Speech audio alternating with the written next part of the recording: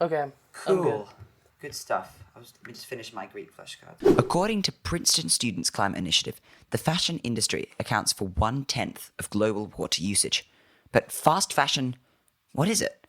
Well, it all ties back to the consumer mindset that we've talked about a couple of times before. Episode 35, episode 3, many others in between. For those who don't know, the consumer mindset is this idea that the newer, the better. And it's a result of the social stigma regarding anything viewed as being old, no matter how young it really is. This stigma often leads to the average person with sufficient money, or worryingly, sometimes with insufficient money, to feel obliged because of social norms to purchase newer products such as clothes or phones, even if they're not at all necessary. This can often be traced back to profit-driven companies that have obligation, as well as personal interest, to grow their profits at all costs, which requires constant sales of their products.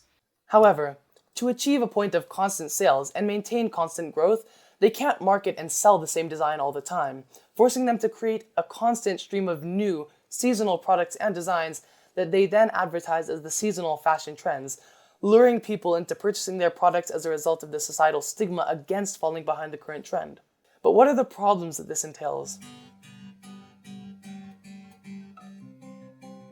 Hello listeners, and welcome to Fighting Failure, the podcast where we discuss solutions to the climate crisis. This is Season 3, Material World, Episode 36, where we'll be talking about fast fashion. I'll be your host for this episode, Hisham Kanaan. And I'm your co-host, Oscar Archibald. Let's move on to the problems. Alright, so do you want Good.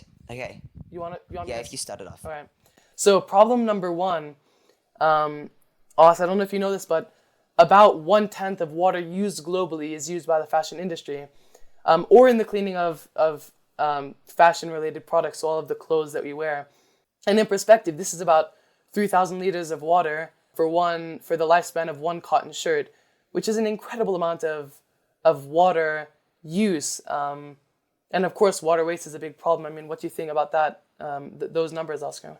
Well, yeah, those numbers are really interesting, but what I would like to see is what's the breakdown of that, because I know that within household use of water, a big part of it is the washing of clothes. But moreover, I'd like to see these numbers sort of taken apart, because I think washing of clothes, you shouldn't put your clothes in the wash every single day. Well, it depends what you're wearing. Yes, you should wear new underpants and new socks, but I think that stuff like washing your clothes is less of a sort of unnecessary consumeristic thing to do, whereas buying new clothes all the time totally is. So I'd be interested to see, and I'm quite sure that the majority of the water use is actually in the manufacturing process, especially in products like jeans.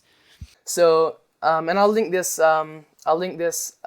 site in the show notes, but the average American family uses about or more than 300 gallons of water per day in their house. And roughly 70% of this occurs indoors, so that's, washing dishes, washing clothes, and then the rest is all outdoors, watering their lawns, which is a separate thing that we've discussed in the past. But that's quite a large amount of water usage, indoors, washing clothes and performing that function on a daily basis. That's a lot. Yeah, washing clothes. I mean, drinking water is the tiniest proportion of the water use, the water that we use. If you think globally, most of it goes into agriculture. Which probably counts as part of growing cotton, actually. But for also 300 gallons for those who use the real measurement system, that's 1,364 liters, which is a lot. Yeah, but the other thing about that statistic you said that calls out to me is 75% is used indoors.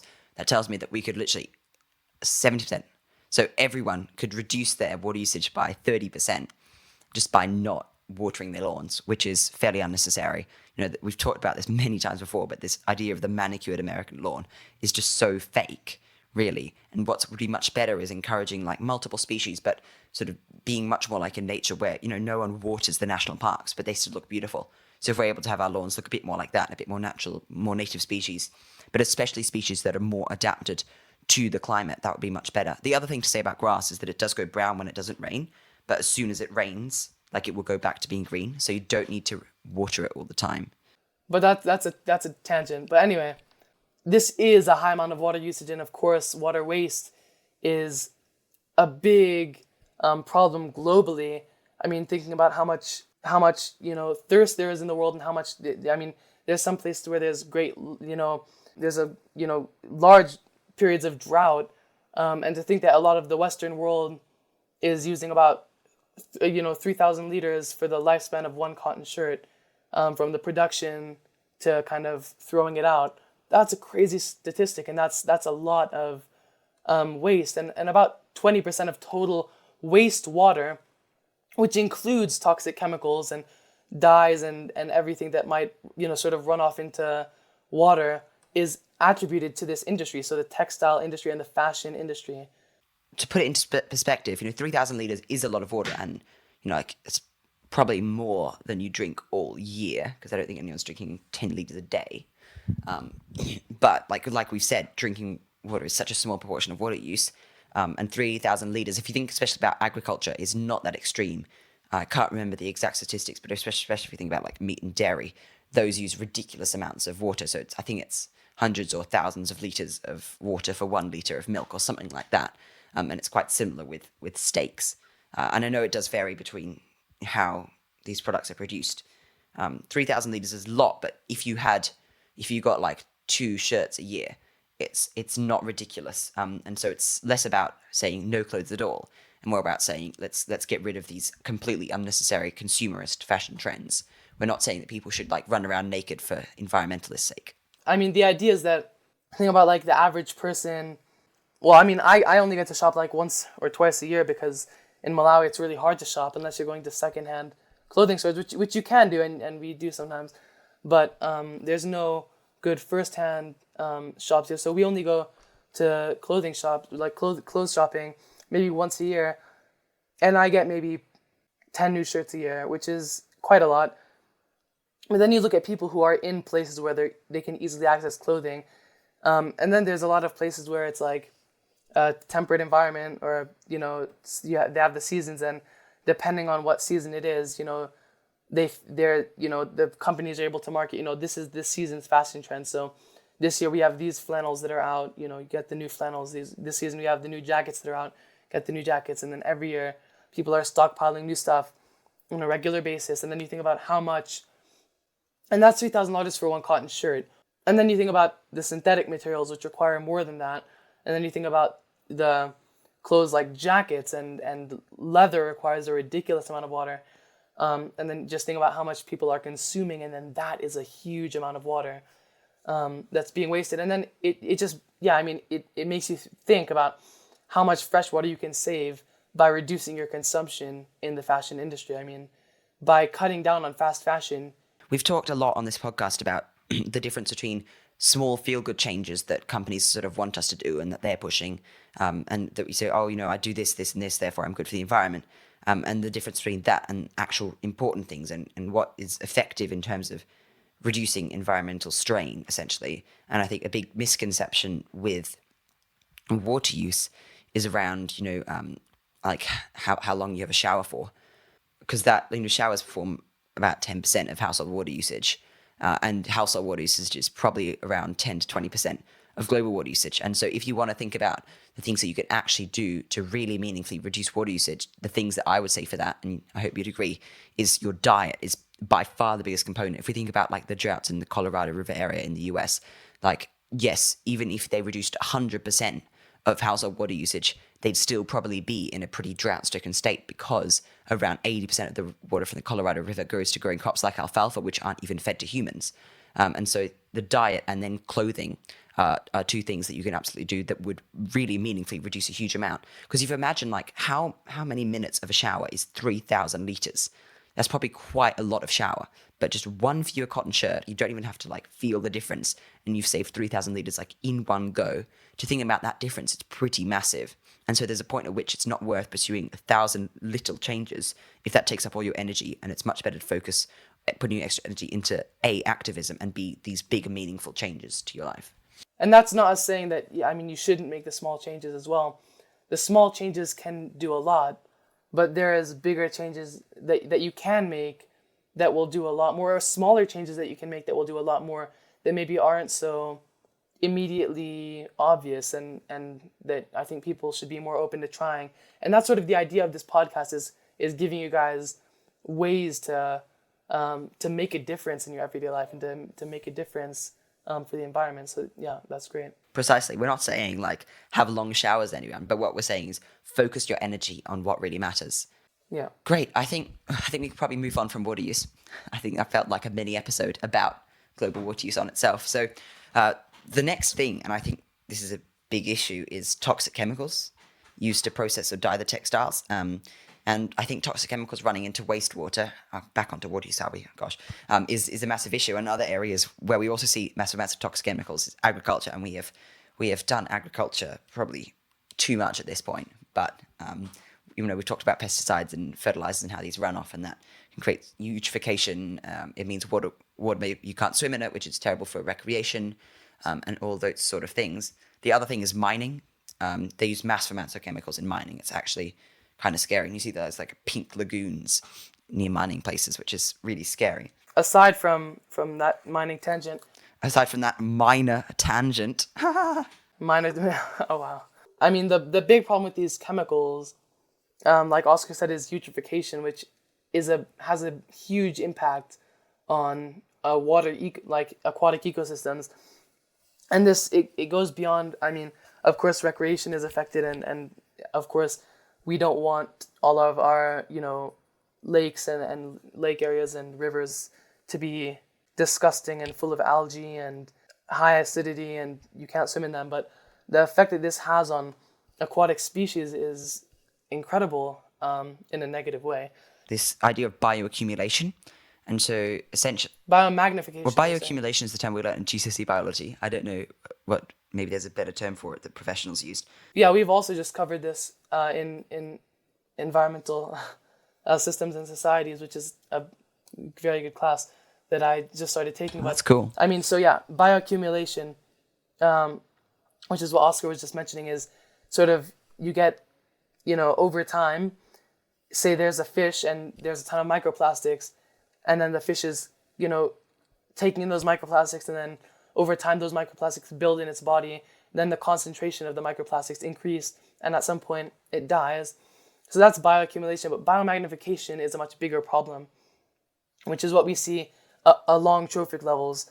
As we move up, we sort of get this increase in concentration gradient as a result of like how many organisms, how many contaminated organisms each species in higher trophic level, so each predator, each like higher level predator is required to eat, then you get a magnification of concentration of these non-digestible, non-biodegradable pollutants that end up killing species as well. So that is also a big problem, is that not only does it cause collapse of lower trophic levels, but also when those toxins build up to higher trophic levels with the fish that those higher trophic levels are eating, or whatever those higher trophic levels are eating, maybe amphibians, then the higher trophic level is also in decline because the concentration of these pollutants in their body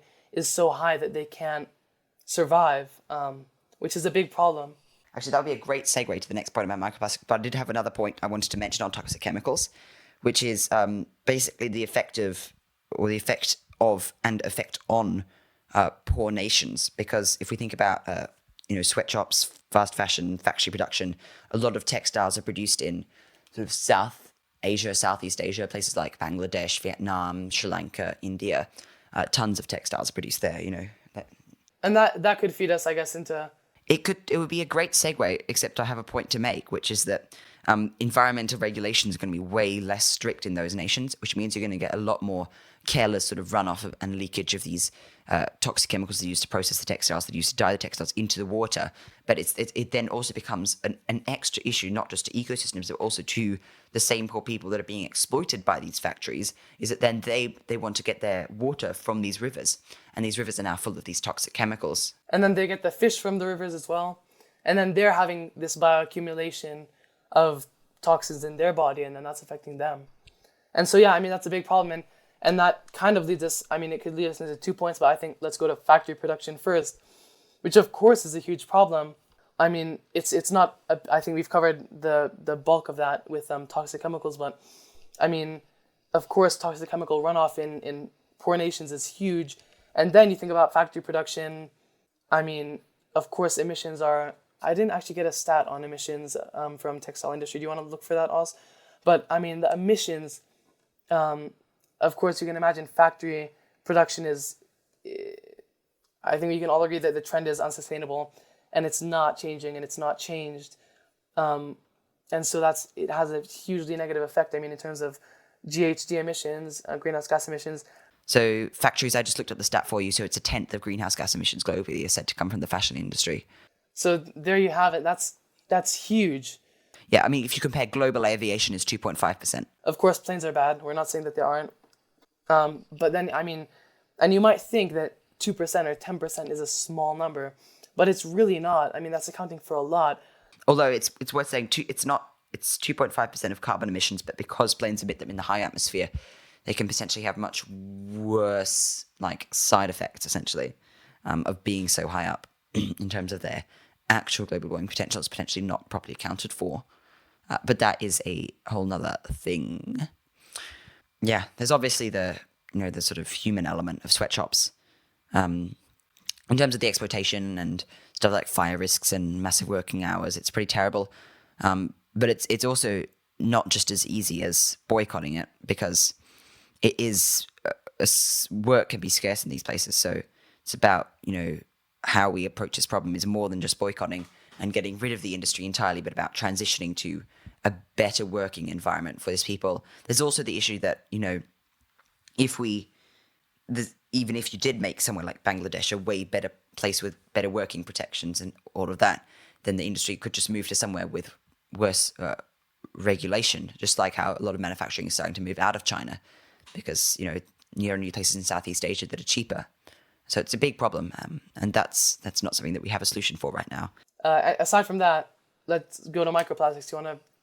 And this is actually pretty crazy, but actually fairly believable as well, which is that 35% of all microplastics, 35% of all microplastics can be traced back to textile waste as a result of synthetic materials.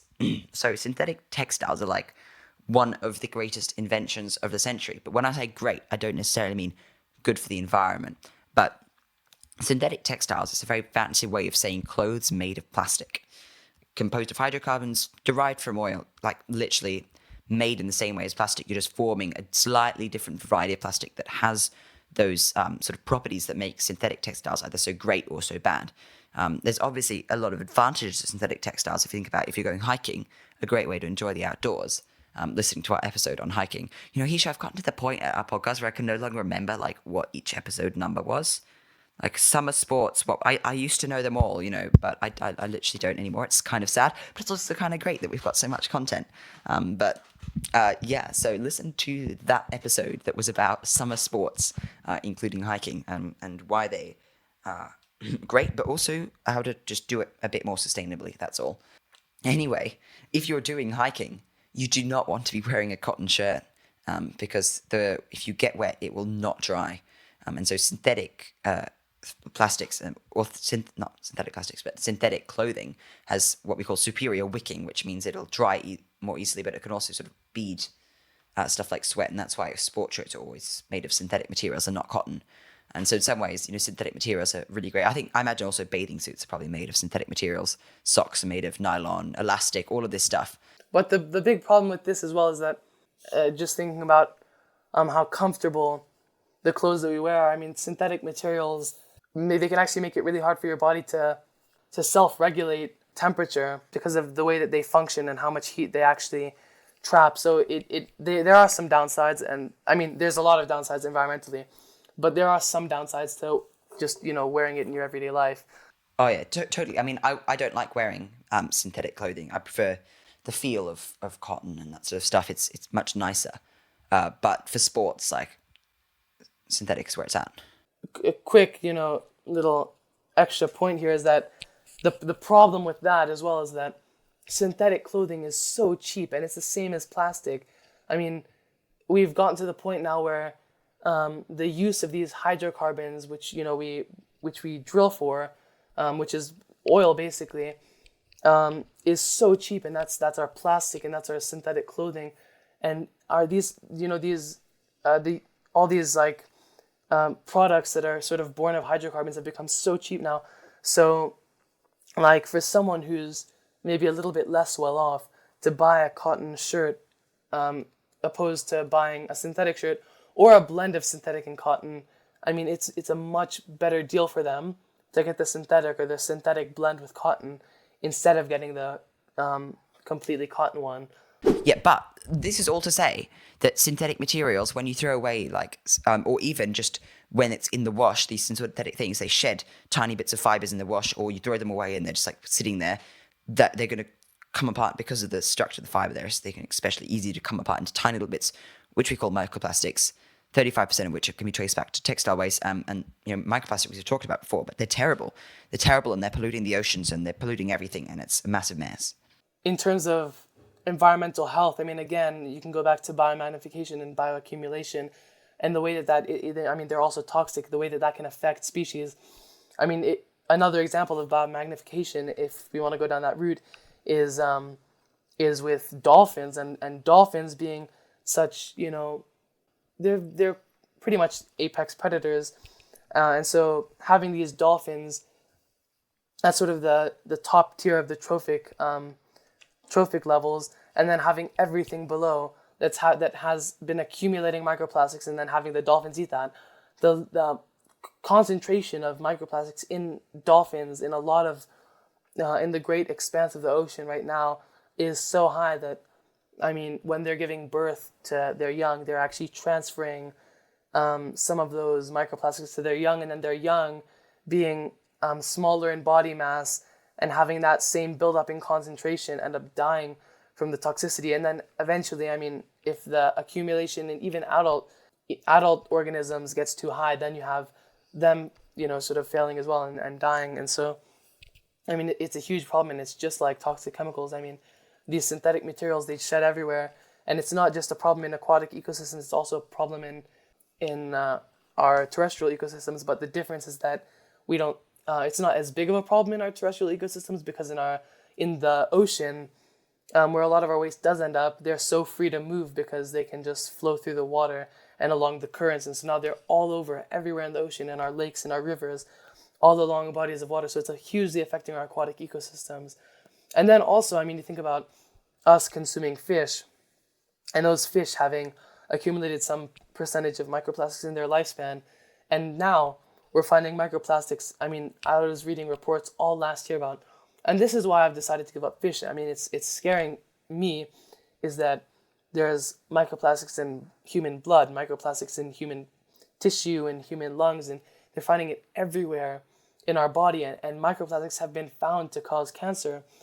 And so thinking about that, I mean, that's a huge risk to the human population as well. I mean, if you're not as worried about the ecosystem, which I think you should be, but then think about the human population and the effect that that's going to have, and that's huge.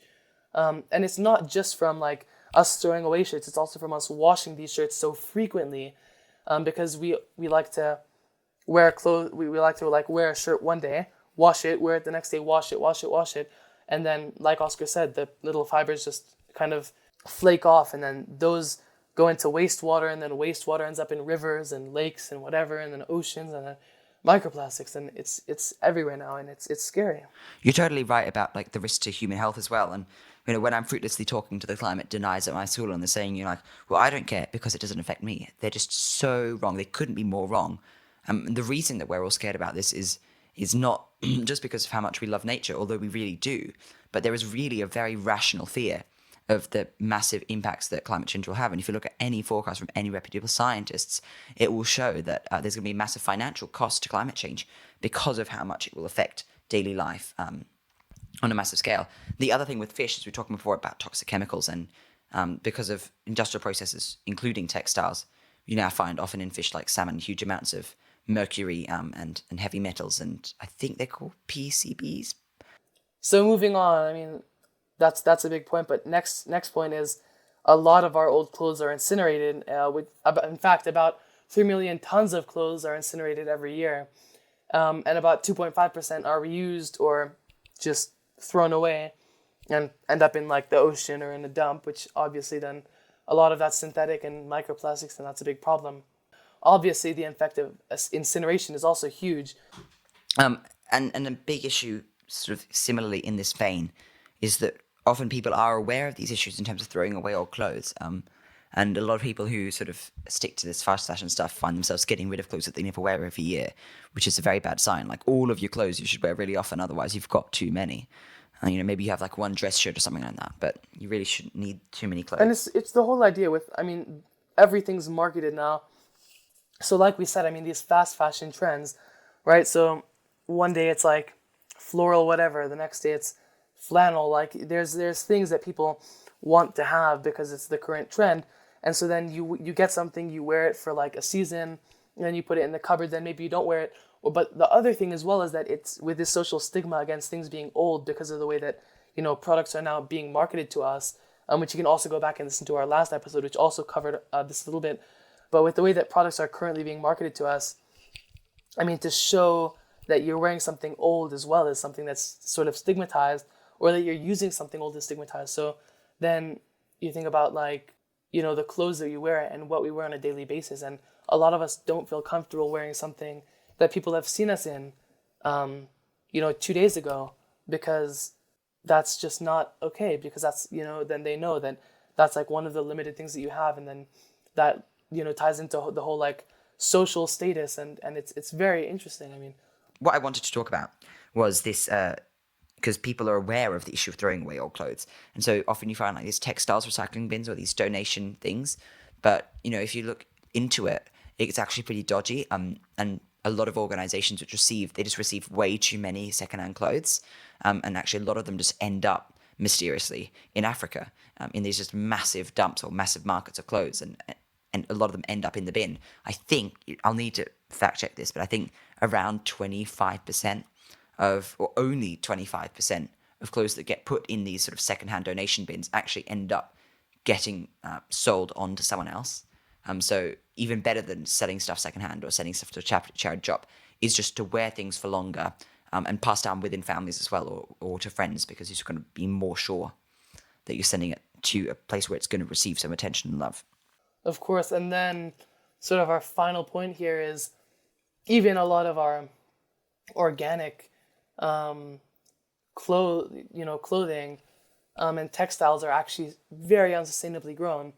We mentioned earlier, in terms of water usage, and then you get like the whole problem with, you can go back and listen to our agriculture section from season 1, which covered this a lot in a lot of detail. So, that might be something worth listening to. But pesticides, fertilizers, and like Oscar mentioned before, eutrophication is a big problem, which is when we get these sort of algae growths and is it low oxygen levels? I think high acidity in our aquatic ecosystems as a result of this runoff and sort of like a boosted growth from fertilizers and then the problem with pesticides is more like bioaccumulation of toxic chemicals, which again, even if it's not synthetic, I guess, or if it's not being processed, then you have the toxic chemicals that might have been used to grow that cotton. It's the cotton bush, I think. But there's all these problems that come from, of course, pesticides and fertilizers and this contamination that we get. And then water wastage, of course, is huge. Like a lot of the things that we use for textiles actually require large amounts of water, just like a lot of our other sort of agricultural areas that,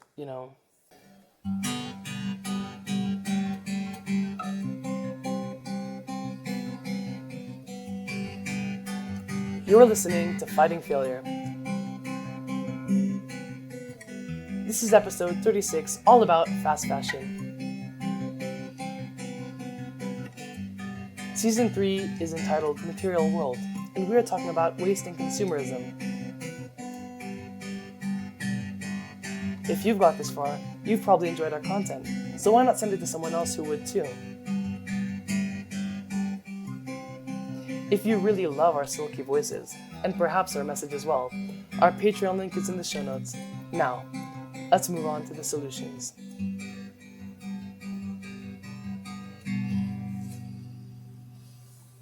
Solution number 1, I'm not sure if it's the most important, but it's definitely the first on this list, is to avoid synthetic clothing where possible, especially clothes that claim they're fire resistant.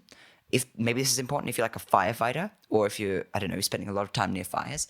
But this does, of course, mean that a lot of chemicals have had to go into the production of these clothes. So best to avoid where possible. Also avoid faux fur, faux leather, and other synthetic textiles. They require large amounts of chemicals. Also, especially faux fur can easily shed. There's bits can come off, leading to lots of microplastic waste because, of course, it's made of plastics. This is not to say that you should buy normal furs because that is, first of all, disgusting, and second of all, terrible environmentally. Same with leather. If we think about the impact of beef, leather is similarly expensive, plus the massive amount of water that goes into tanneries and the chemicals and waste that comes from that. So just best to just use cloths instead. Of course, like if you've got to get school shoes or office shoes, it's better to buy a faux leather than a real leather, but don't go out buying a million pairs of like leather boots or something like that, or the jackets unnecessarily. Within reason, and definitely where possible, secondhand is a great way to get a hold of those sort of more fancy. Which could take us into sort of our secondhand clothing solution, which is a big one. Buying secondhand clothing. I really don't get the whole stigma against secondhand clothing. A lot of it's still in fashion, by the way. If you haven't ever been to a secondhand clothing store, which is kind of the only type of clothing store that we have in Malawi, but a lot of it's in fashion and it's perfectly usable. The problem as well is that people get a buildup of clothing, and so then they're like, well, this one's a little bit old, so I'm going to throw it away. And so either people are throwing away good clothes or putting it into, secondhand clothing stores or secondhand clothing donations, which is a big thing. And if you're maybe not going to buy secondhand clothing, then think about donating secondhand clothes to, there's a lot of organizations that will take your secondhand clothing. Contribute to this cycle. Because imagine that if you think about the sort of clothes that people have, you might have some clothes that you don't really like, but someone else really likes. And that other person, or you could imagine just some other person somewhere, has clothes that they don't like, but you could really like. And so you could sort of create this bit like kidney donations. You have like this massive cycle of people who sort of getting rid of clothes that they don't want, but someone else wants because it's still in good condition. Make sure you wash stuff before you send it off. And if you get new clothes, obviously then wash those as well. But once they're washed, they should be fine to go, or maybe they need a bit of repair. And the other thing to say about secondhand clothing is that there's this thing that my sister really likes. It's basically an online store called Vinted, but it's a bit like eBay just for clothes. So you can find tons of in fashion. She's found tons of stuff that she thinks looks really good on her from Vinted. It's way cheaper, but it's also way better to buy this sort of stuff secondhand than firsthand. So next point, of course, is repairing old clothes or shoes or products or whatever you have. It's not limited to just fashion and clothing. And this is something we talked about a lot in our last episode. Yeah, luckily, unlike electronic products, I don't think fashion companies are having like a massive squabble over whether or not you're allowed to repair your own clothes. Well, yeah, and they can't stop you. They don't have the technology to stop you if you do repair your clothes. But, of course, there is this sort of stigma about, like, if your clothes get a little stain or if your clothes get, a tear or whatever, then you just throw it away, or if it gets a little bit dirty. And there's ways to clean your, there's different ways to go about repairing and mending old clothes and old shoes to make them last a long time. Like, I've had a pair of Keens now for about 3 or 4 years, and they still fit me pretty much because they were a little bit big when I got them, and they still fit me. And the size is a little bit broken, but we can get it mended. There's someone here who can just sew that up for us. Like, there's ways to fix things, which I there's this stigma against it, but I think that's something that we really need to work to breaking. So that's a big point, is just breaking that stigma and repairing old clothes instead of throwing it away. And if you really don't want your old clothes that have maybe been, something's happened to them and you don't want them, then maybe mend them and then put them to secondhand clothing organizations. Yeah, because that small amount of effort on your part will totally increase the chance of it actually getting to a new home. And then, but of course, sorry, this is something I didn't put, but make sure that the secondhand clothing organizations that you're donating to aren't dodgy. There was sort of like this scandal, I think, that was with DAP, which is the one here in Malawi where, a lot of people in like Europe and the US donate clothes and then they come to DAP. But there was something really weird about DAP, and it was like a cult that was like being sponsored by DAP. So yeah, it's good for the environment. but be careful you're not giving money to something that's dodgy. Okay, so Oscar, would you like to? Yeah. And the other thing, like if you have a shirt that's or piece of clothing that's really tattered and old, and stained, save it, because there are times when you want to wear a piece of clothing that is a bit disgusting.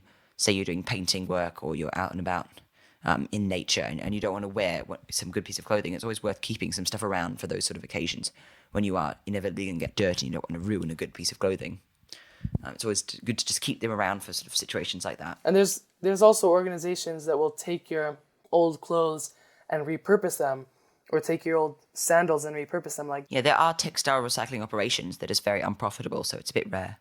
yeah, but I mean, you can look for them, and It's definitely better to reduce consumption rather than just recycle, because it's very difficult to recycle textiles because there's so many different sort of elements to this sort of thing.